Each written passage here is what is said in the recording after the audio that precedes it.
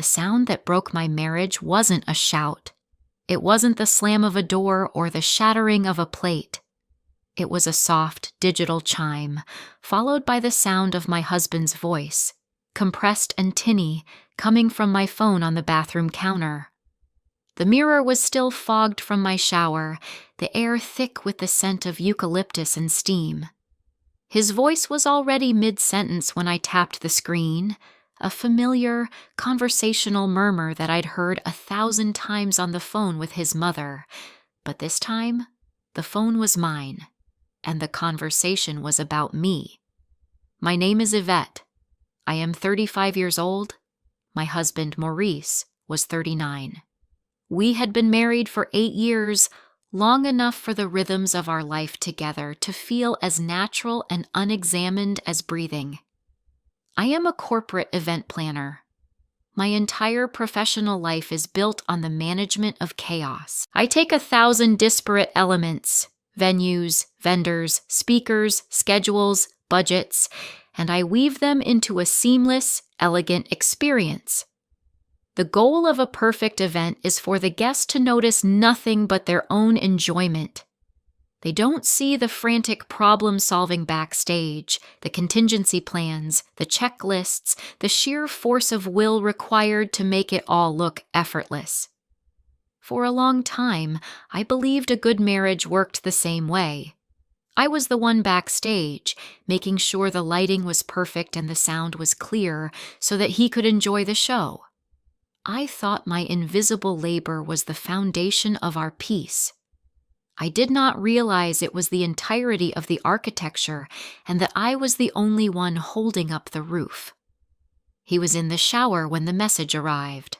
The water was running, a steady, percussive sound that had been the backdrop to our mornings for nearly a decade. My phone buzzed on the cool marble, a brief, insistent vibration. It was a voice memo from Maurice. I smiled, assuming it was something sweet or silly, a little audio note for me to find later, a digital post-it of affection. I pressed play. His voice filled the small, steamy room. It was not for me. It was low, confidential, laced with a weariness I knew was reserved only for his mother, Hortense. It was the voice he used when he was debriefing her on the state of his life, which I was beginning to understand was synonymous with the state of his marriage. And I told her, "It's not a big deal. We can just go to your place for Easter, but you know how she gets," he was saying. A sigh, heavy and theatrical. Everything has to be a production, a whole strategic plan, the seating chart, the menu, what time we leave to beat the traffic. It's like living with a project manager. He chuckled, a dry, humorless sound. "She's exhausting, Mama. Honestly, I'm just managing her until I figure it out." The water in the shower continued its steady rhythm, the fan whirred overhead, but in my head, a profound silence fell. It was the kind of quiet that follows a loud, structural crack in the foundation of a house. The kind of quiet where you hold your breath, waiting for the collapse, managing her. The word landed not like a blow, but like a diagnosis. It was precise, clinical, and utterly devastating. He wasn't loving me. He wasn't partnering with me. He was managing me. I was a line item on his personal budget, a difficult project with an uncertain deadline, a problem to be contained until a solution or an exit could be figured out. The memo continued for another 3 minutes. I listened to all of it, my hand perfectly still on the counter. He complained about the cost of the new tires for my car, which he framed as an indulgence I'd insisted upon. He talked about a recent dinner with my parents, recasting my quiet listening as moody silence. He painted a portrait of himself as a patient, long-suffering man, yoked to a difficult, demanding woman. Every word was a careful brushstroke in a masterpiece of misrepresentation, a curated narrative for an audience of one. His mother. And in every sentence, I could hear her influence, her language, her particular brand of genteel criticism that had been poisoning our marriage from a distance for years. When it finished, the app simply showed the 4-minute and 12-second file, ready to be played again. I did not play it again. Once was a revelation. Twice would have been an indulgence in pain, and I was suddenly, with terrifying clarity, done with pain. I looked up at my reflection in the clearing mirror. The steam was receding, and the woman looking back at me was a stranger. Her face was calm, her eyes clear. The frantic, accommodating woman who had stepped into the shower 20 minutes earlier was gone. In her place was an event planner who had just been informed that the keynote speaker, the venue, and the client were all a fraud. The event, I realized with a stillness that felt colder and more solid than anger, was canceled. This deep, corrosive erosion hadn't started with a voice memo. It had been happening for years, a slow, steady wearing away of respect, conducted in 1,000 quiet, unremarked moments. I had simply been too busy managing the event of our marriage to notice the decay in the foundations. For 6 of our 8 years together, I wrote Maurice's quarterly reports. He worked in regional sales for a beverage distributor, a job that required him to synthesize data into a coherent narrative for his director. Maurice was good with people, but he was clumsy with words. His first few reports were a mess of disconnected bullet points and corporate jargon. He'd been put on a performance plan. He came to me, panicked, and I, of course, had helped. It became a ritual. Every third Thursday of the quarter, he would forward me the raw data from his sales team. There was never a message, never a please or thank you. Just the forwarded email, landing in my inbox like an invoice. That night, after we'd eaten the dinner I'd cooked, after we'd cleaned the kitchen together, his version of cleaning being a cursory wipe of the counters while I handled the rest, I would open my laptop. The smell of late-night coffee would fill our quiet house as I translated his raw numbers into a story of success. I found the through lines, polished his sentences, and framed his team's performance in the kind of strategic language his director respected. I was his ghostwriter, his unpaid communications consultant. Around 2 a.m, I would email the finished document back to him. He'd wake up the next day, scan it, maybe change a single word, and send it to his boss under his name. The first few times, he was effusively grateful. "You're a lifesaver, Yvette. I couldn't do this without you." But gratitude has a shelf life. It slowly curdled into expectation, then entitlement. Soon, my contribution wasn't mentioned at all. It was just a task on our shared domestic calendar, as mundane as taking out the trash, except only I did it. Last year, he received a promotion to senior manager. At the dinner to celebrate, he raised a glass. "It's been a lot of hard work," he said, looking around at his colleagues. "A lot of late nights. But it's worth it when you see the results." He glanced at me and smiled, a public performance of appreciation. I smiled back, my stomach twisting into a cold knot. He wasn't lying. They were his results, built on my late nights. I was the invisible infrastructure of his success. The erosion was domestic too, and it centered, as so much of our life did, on his mother. Hortense had a complicated regimen of medications for her heart condition and diabetes. She was fiercely independent and resisted any help, but she was also forgetful. After she landed in the hospital once for mixing up her pills, I stepped in. I created a chart, a simple, color-coded grid that I laminated and taped to the inside of her kitchen cabinet. I set up reminders on my own phone for her refills. I called the pharmacy, dealt with the insurance, and picked up the prescriptions myself on my way home from work, dropping them at her house. The chart, in my neat, clear handwriting, became the silent guardian of her health. Maurice saw my work, and he appropriated it. I once overheard him on the phone with his sister, who lived in Atlanta. "Don't worry about Mama," he said, his voice full of confident authority. "I'm on top of it. I keep on top of Mama's pills, make sure she's taking everything right." He listened for a moment. "Yeah, I've got a whole system for her. It's all handled." I was standing in our kitchen, holding a bag of his mother's prescriptions, and I felt a chill spread through me. He didn't just take the credit, he inhabited it. He spoke of my system as if he had conceived it, my labor as if he had performed it. In his retelling, I did not exist. I was simply the mechanism through which his filial duty was executed. He performed the role of the good son, and I was his stage manager, setting the props and ensuring the show ran smoothly. The most public displays of this erasure happened at the client dinners.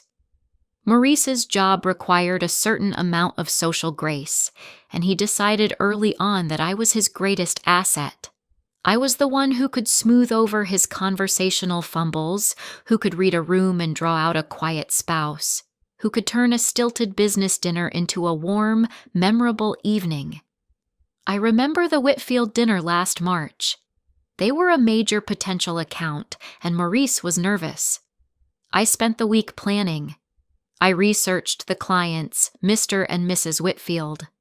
I learned he was an avid fly fisherman, and she was on the board of a local animal shelter. I planned the menu around dishes that were elegant but not fussy.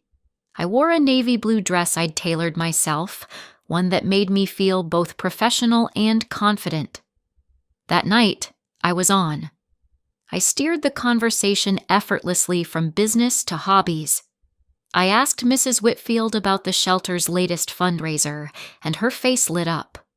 I engaged Mr. Whitfield about fishing spots in the Blue Ridge Mountains, a topic I'd spent 2 hours researching.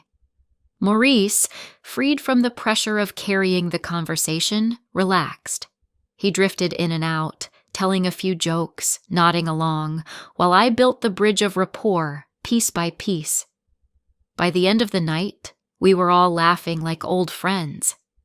2 weeks later, Maurice closed the Whitfield account. It was the biggest deal of his career. At the firm's weekly meeting, his director praised him for his exceptional relationship-building skills. "Maurice just has a knack for connecting with people," he told the team. Maurice called me on his way home, buzzing with excitement. "They loved us," he said. "We really knocked it out of the park." We. It was a word he used when he needed my labor, a pronoun of convenience. But the credit, the bonus, the professional accolades, those belonged to him. I was the silent partner in a business where only he was allowed to have his name on the door. The architect of this dynamic, the silent editor of Maurice's reality, was his mother. Hortense was a woman who communicated in polite, devastatingly precise axioms. She never raised her voice. She never had to. Her power was in her ability to frame the world for her son, a frame into which he fit his entire life, including his marriage. The origin of the word managing came from her. It was a Sunday afternoon about a year ago. We were at her house for lunch, a weekly ritual Maurice insisted on. He called it checking in on Mama, but it was more like a performance review. He would present a carefully curated version of our week, and she would offer her quiet, authoritative feedback. That day, Yvette had been explaining a complex event she was planning for a major tech company. She was passionate, talking about logistical challenges and creative solutions. Maurice was scrolling through his phone, half listening. Hortense set her teacup down on its saucer with a delicate, definitive click. She hadn't taken a sip. "A wife who needs managing isn't a wife, son," she said, looking not at me, but at Maurice. "She's a project." The air in her perfectly tidy living room seemed to crystallize. It was a direct response to a conversation I wasn't privy to, a piece of a puzzle I was only now seeing the full picture of. Maurice looked up from his phone and laughed. It wasn't a mean laugh, just an easy, agreeable one. The laugh of a man who was hearing his own vague feelings articulated perfectly by a higher authority. He didn't defend me. He didn't correct her. He just absorbed her definition. My competence was reframed as a complication. My career was evidence of my unsuitability as a partner. My nature was something to be managed. I didn't say anything. I stood up, collected the empty teacups, and went into the kitchen to refill the kettle. My hands were steady. My face was a mask of placid neutrality. I had learned that engaging with Hortense was pointless. Her opinions were not meant for debate, they were meant for adoption. My job was to absorb them silently, to accommodate the new reality she had just dictated. This was the context for all of his little sighs and pronouncements. When he would say, "Mama just wants to know how we're doing," humor her. Before handing me the phone for our weekly call, I heard it now for what it was. My reality did not matter. The truth of our marriage was irrelevant. All that mattered was the performance, the version of us that was palatable to his mother. My role was to be an actor in his play, reading lines that made him look good. Or when he would come home late from a happy hour and find me already in my pajamas, reading. He'd sigh dramatically and say, "You don't have to come to dinner. I'll handle it, like always." He painted himself as the long-suffering martyr, burdened with the task of managing his own family, his own social obligations. He conveniently forgot that I was the one who bought the birthday gifts, scheduled the doctor's appointments for his aging parents, and reminded him to call his sister. He handled the performative parts, the quick phone calls, the brief appearances. I handled the infrastructure. He was the CEO of our family, making grand pronouncements, while I was the entire administrative and operational staff, working quietly in the background to ensure his pronouncements had some basis in reality. I remembered our last anniversary. He had taken me to a beautiful restaurant downtown. He raised his glass of champagne, his eyes warm and, I thought at the time, sincere. "To Yvette," he said, "for making everything so easy." I glowed. I felt seen, appreciated. I thought he was thanking me for being a partner. Listening to his voice memo in the steamy bathroom, I replayed that moment, and I heard it for what it was. It wasn't a toast from a husband to his wife. It was a customer review. It was the praise a busy executive gives his ruthlessly efficient assistant. I didn't make his life better. I made it easier. I was a convenience, a well-run service, a project that was, for the moment, being managed successfully. And now, I was exhausting. The project had become too demanding. The service was no longer seamless enough. The manager was tired of the work, and he was trying to figure it out. I pressed the power button on my phone, and the screen went dark.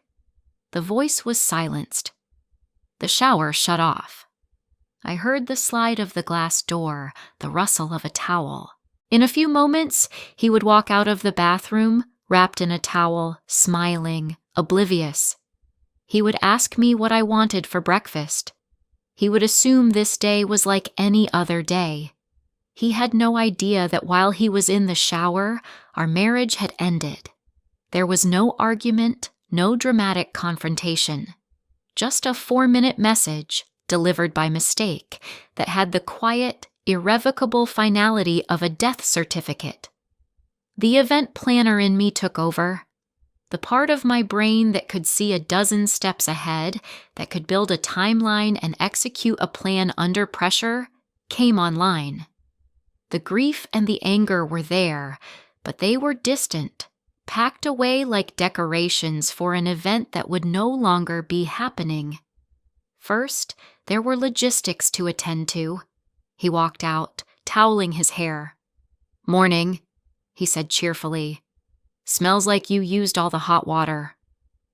I looked at him. I saw the man I had loved, the man I had built a life with, but I also saw the man who had just described me as a burden to his mother. The two images would not resolve. "I left you some," I said, my voice even, perfectly calm. "What are you thinking for breakfast?" My composure was my weapon. It always had been. He mistook my stillness for acquiescence, my quiet for contentment. As I stood there, making a mental checklist, call my sister, find an attorney, secure a hotel, separate finances, he saw his wife, the one he was managing, behaving exactly as expected. The performance of the next 2 days was the most difficult event I have ever managed. On the surface, everything was normal. I went to work. I came home. I cooked dinner. We watched a show on Netflix. I listened to him talk about his day, about a difficult client, about his mother's latest complaint. I nodded. I asked the right questions. I played the part of the engaged, supportive wife. But inside, I was moving with a cold, swift efficiency. On Wednesday, during my lunch break, I sat in my car in a quiet corner of the parking garage and called a divorce attorney my friend had recommended. Her name was Ms. Davies. I laid out the facts of my situation calmly and concisely, as if describing the parameters of a corporate retreat. The length of the marriage, our assets, the absence of children. I did not mention the voice memo. It was the catalyst, not the cause. The cause was 8 years of being rendered invisible. "I want to file as soon as possible," I told her. "This Friday, if it can be done." There was a brief pause on the other end of the line. "That's an aggressive timeline, Mrs. Henderson," Ms. Davies said, her voice professional but laced with a hint of surprise. "I'm an event planner," I replied. "Aggressive timelines are my specialty." She laughed, a short, sharp sound of appreciation. "All right then, let's get to work." That night, while Maurice was on the phone with his mother in the other room, giving her his nightly edited report on our lives, I was on my laptop.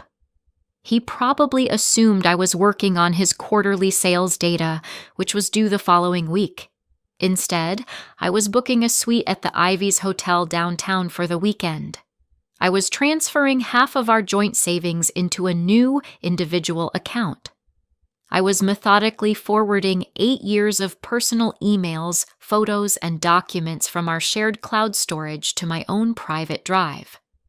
I was dismantling our life together, keystroke by keystroke, in the same quiet, efficient way I had built it. He walked in as I was looking at the hotel confirmation. "Still at it?" he asked, peering over my shoulder. "Don't work too hard on that report for me. It's not due till next week." He kissed the top of my head. "I love our quiet nights." I felt a wave of something that wasn't quite nausea, but close. It was the dizzying vertigo of living in 2 realities at once. In his reality, this was a moment of domestic bliss. His wife was diligently working on his behalf. His world was stable, comfortable, and easy. In my reality, I was finalizing my escape plan. The ground beneath his feet was about to vanish, and he was smiling, admiring the view. "Just wrapping up," I said, closing the laptop. Friday came. I had taken the day off work. Maurice left that morning like any other. He kissed me goodbye at the door, a quick, perfunctory peck. "Have a good day," he said. "Don't forget we have dinner with the Harts tomorrow night." "I won't," I said. It was true. I would not forget. I just would not be attending. The moment his car pulled out of the driveway, I began to move. I did not pack in a frenzy. My movements were deliberate, practiced. I am a planner. I had made a list. I packed my clothes, my important documents, the jewelry my grandmother had left me. I packed the framed photo of my sister and me from our last trip to Charleston. I did not pack the wedding album. I did not pack the dozens of photos of Maurice and me that dotted our home. They were props from a canceled event. I walked through the house one last time. It was a beautiful space we had created together, or rather, a space I had created for us. I had chosen the paint colors, the furniture, the art on the walls. I had made it a home. Now, it felt like a venue after the guests have gone home, impersonal, echoing, filled with the ghosts of a good time that was now just a memory. My last act was a piece of quiet theater. I went into our bedroom. His phone was on his nightstand, charging. I unplugged it. I opened the voice memo app. The file was still there, at the top of the list. Maurice to Hortense. Tuesday, 9:14 a.m. I pressed play just long enough to ensure it was queued up from the beginning. Then I placed his phone, screen up, in the center of my empty pillow. It was a final, silent piece of communication. There would be no tearful letter, no dramatic confrontation. Just the evidence, presented without comment. My work was done. I had managed my last event in this house. I walked out the front door and did not look back. I checked into the hotel suite. The bellman brought up my bags, and I tipped him generously. I stood at the large window overlooking the city. The traffic moved below, a steady, orderly flow of lights. My phone, which had been on silent, began to vibrate on the table beside me. Maurice's name flashed on the screen. He must be home from work. He must have found the phone. The calls came one after another. 6 missed calls in 10 minutes. Then the texts started. Where are you? What is this? Your side of the closet is empty. Yvette, call me. This isn't funny. Did you find my phone on your pillow? What the hell is going on? I watched the messages populate on the screen, my face impassive. Each message was a little burst of his confusion, his dawning panic. He was a man whose carefully managed world had just imploded without warning. Then came the voicemail. His voice was tight with anger. What is this, Yvette? Some kind of dramatic game? You empty out your closet and leave my phone on the pillow like some kind of psycho? Whatever I did, this is a crazy overreaction. Call me back. We need to talk. Dramatic. Crazy. Overreaction. It was the vocabulary of a man who pathologizes any emotion that inconveniences him. My quiet, methodical departure was a drama. My clarity was a form of craziness. My response to a profound betrayal was an overreaction. An hour later, a call came from a number I knew by heart. Hortense. I let it go to voicemail. Her message was a masterclass in manipulative sweetness. Yvette, darling, it's Hortense. Maurice called me. He's very upset. I'm sure this is all just a misunderstanding. Whatever he's done, I'm sure he's sorry. Marriage is hard work, you know. You can't just throw away your home over a little spat. Call me dear. We can fix this. We. The same royal we Maurice used. The two of them, the board of directors of my marriage, ready to step in and manage this little HR crisis. The final stage of his initial cascade came via text late that night. The anger had burned off, replaced by a desperate attempt at negotiation. Okay, I'm sorry. I shouldn't have said that stuff to my mom. It was just venting. Let's talk. Please. We can go to counseling. We can fix this.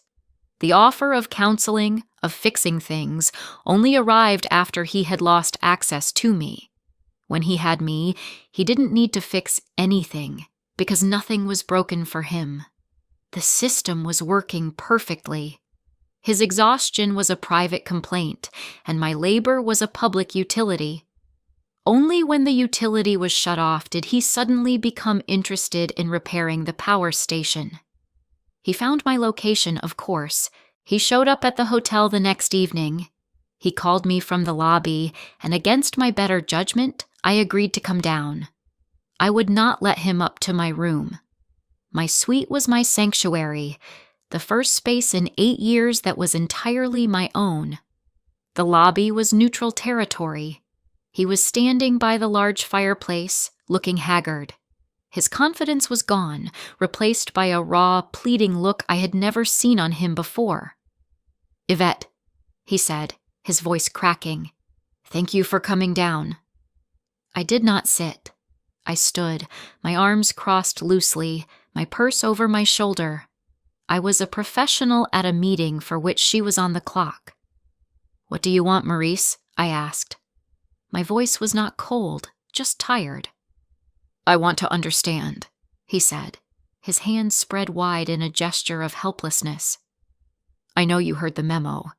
I'm an idiot. I never should have sent it to you. It was a mistake." "The mistake was sending it to me," I clarified, my voice quiet. "Not saying it." He flinched, a flicker of the old defensiveness in his eyes. "That's not fair. You weren't supposed to hear it. That's the problem, not what I said." It was perhaps the most honest thing he had ever said to me. The problem wasn't his disrespect.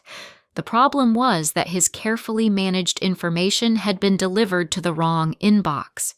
The betrayal wasn't the sentiment, it was the leak. I just looked at him. I didn't argue. I didn't raise my voice. I let his words hang in the air between us, in the opulent, quiet lobby. My silence was a mirror, forcing him to see the ugliness of his own statement. He broke first. His shoulders slumped.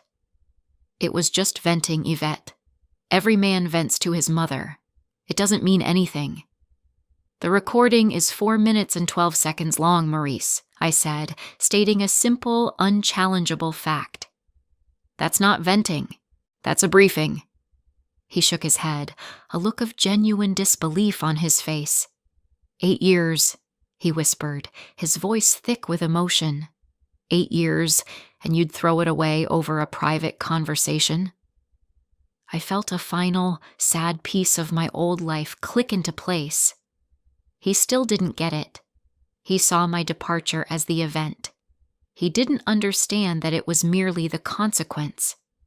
The event had been happening for years, quietly, in 1,000 moments of erasure. I met his gaze, and for the first time, I felt a sliver of pity for him. He was a man who had outsourced his conscience to his mother for so long, he no longer had one of his own. "You didn't have a private conversation, Maurice," I said, and my voice was gentle, the way you speak when you are delivering a final, unavoidable truth. "You sent me a field report on the project you were managing, and the project has just tendered its resignation, effective immediately." I turned and walked toward the elevators. I did not look back to see if he was watching.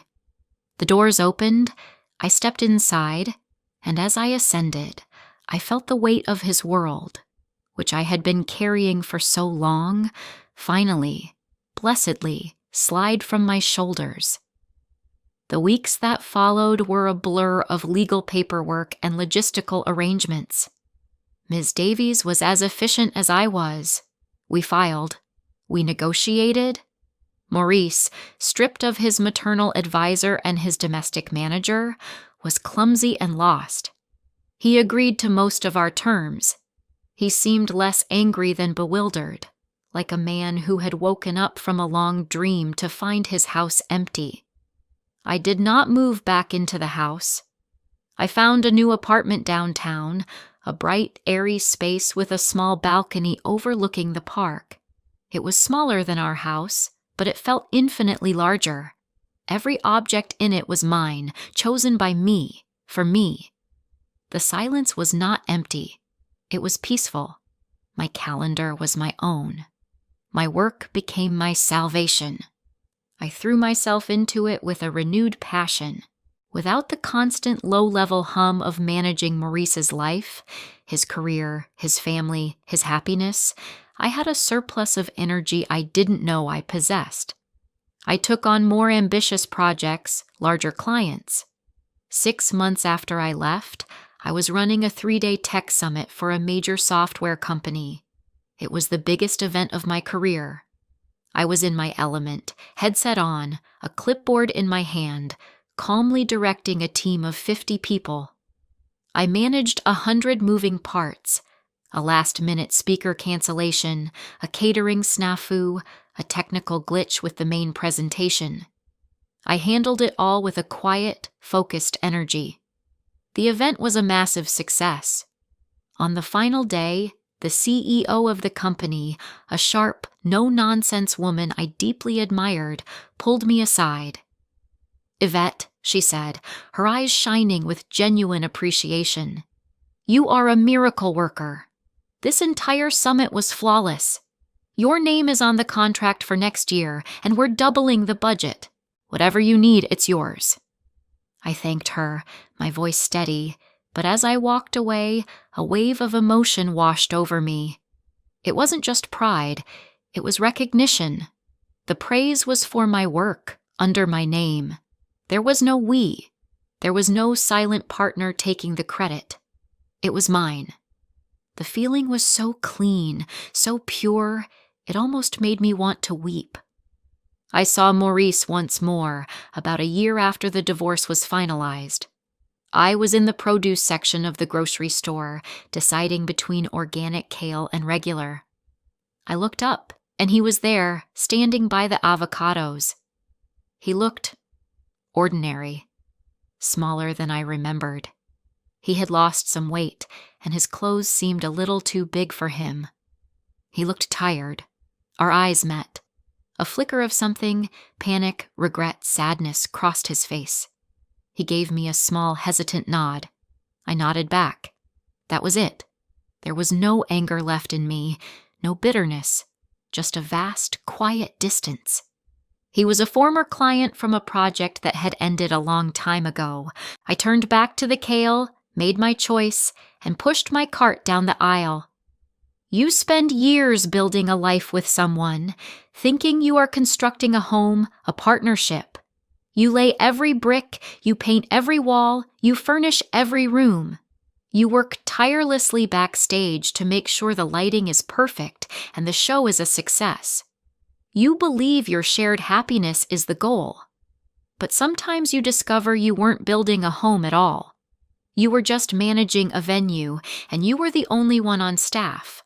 You were the planner, the caterer, the publicist, and the janitor. And your partner was not your partner.